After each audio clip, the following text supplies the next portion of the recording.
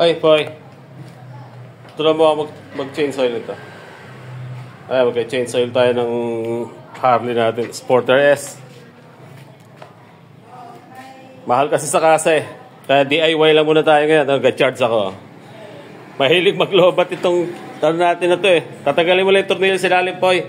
Ayun may pantanggal na. Para ma-cover lang na. Matanggal na yung cover. Kapay mo yung ilalim.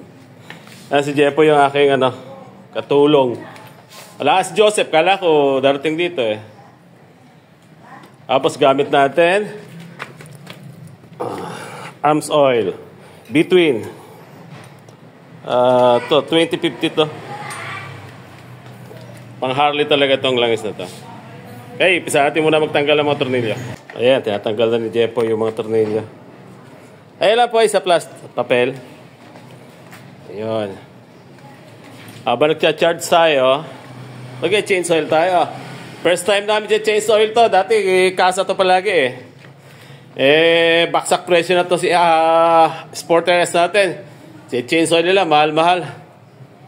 Dito na lang tayo. 12K daw may ito. Dahil pang yan. Nadalhin na pa roon. Bumili lang ako ng langis. Mura pa, sale. Pero legit naman yan. Arms oil store talaga yan. Siyempre, nag-sale si Idol, Lazada. Okay, tanggal na. Tingnan mo nga, mabaksak na yung cover. Meron pa man pang gitna. Tatag pa? Meron pang cover yan sa gitna. Meron pang tornilyo yan. Meron pa ito, katago. Okay. Ba talaga yung malinaw ang mata Kaya gumamit tayo ng expert technician. Engineer yan. Engineering. Hindi ka pag-change oil lang ngayon. Okay, ayan, tanggal na yung cover. Baka din na yung palitang wala pa akong oil filter Total, 2,000 plus pa lang naman yan. 5 lang tornilyo po, Tapos 5 tornilyo, bulaklak. Gamitin nyo. Tapos 17 yung kuha niya. Ito yung ginamit namin, bulaklak,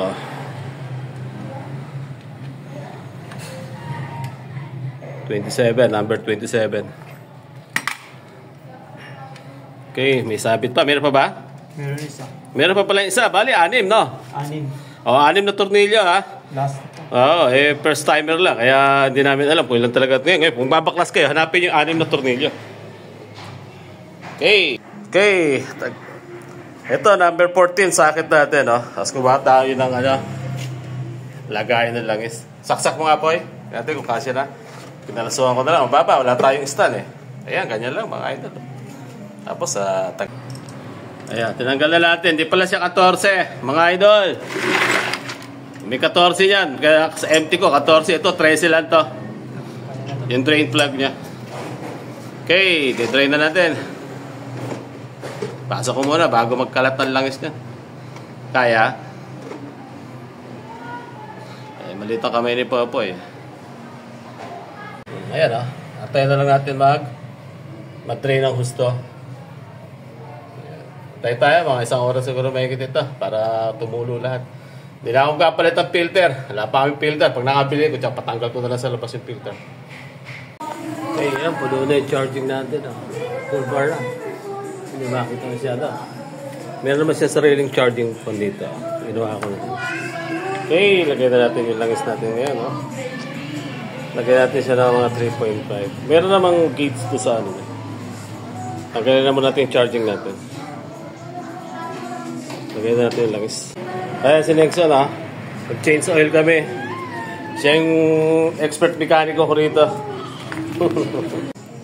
Okay, bomba natin na hangin ngayon. Para lumabas lahat yung langis.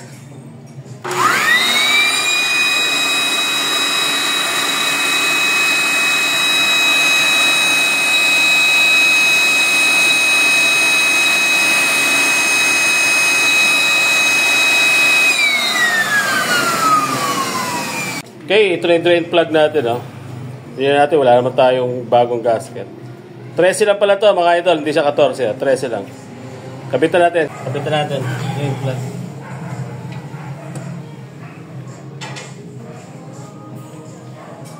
DIY lang naman to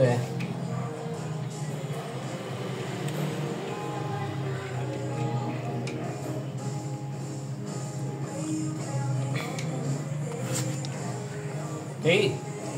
Ipitan natin, 13 ang kanya. At sa change oil lang mga idol. Kasi 3,600 na to eh. 2,000 lang naman nagamit namin halos. Okay, ipitan na natin. Wala tayong torque ano, pero ganito lang kahigpit ito kanina. Iyon, okay na. Wala lang kahigpit. 13 lang naman siya. Okay. Buksan na natin, no? Arms oil.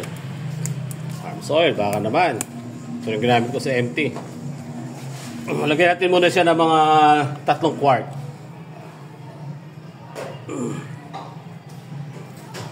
Wala kasing hose, pero kahit pa nasasali naman siya. Kita ba yung tulo? Kitang-kita na yung linaw ng langis. Ayan. Tapos makaride tayo bukas. Matagal lang kasi itong langis na to. Almost 1 month na siya rito. Hindi ko naman nakakabit. Kasi after 1 year na naman, palit na naman. 2,000 kilometers lang inaabot itong ating chainsaw na naman. 1 taon lang. Ito pa, pangalawa. Pangalawang quarts to. Wala itong 1 liter eh. Parang 946 ml lang siya.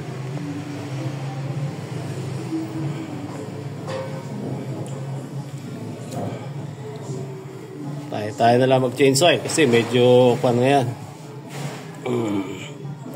Hirap ang buhay. Matumal ang negosyo. Okay na. Okay, ito na yung pangatlo natin. Tatlo lang muna tayo. Kasi di ba tayo nagpalit ng filter. So, susukatin natin siya ngayon kung sakto na siya. Pero kung nagpalit ka ng filter, mga 3.7. 3 quarts. Kalahati meg.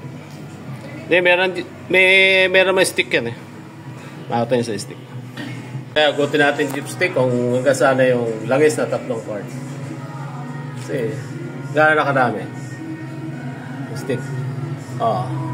Halos sakto na siya. Pero pag pinandar natin yan, malalaman natin kung magka-top up pa tayo. 10 seconds. Okay, balik muli. Tapos paandarin natin mga idol. Ito yung langis na nakuha namin. No? May itim na rin. Ang kilo niya, kinilo ko 2 and 1/4 lang. Halos 3 quart lang. Tingnan natin kung magdadagdag. Okay. Start natin mga idol. Tingnan natin kung minsan yung susi nito nagkakaproblema na. Ayaw mag-connect yung susi niya sa Pero nakakonect siya. Hindi siya nagingin ng password.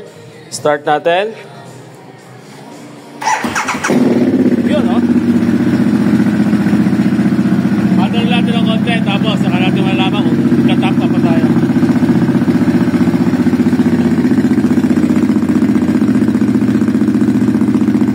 Mukhang smooth naman yung starting niya.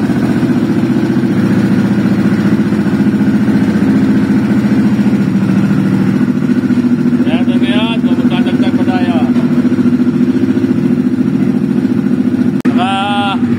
1 minute na tayo halos. Patay natin. Okay. Buksan natin. Tingnan natin kung top pa tayo.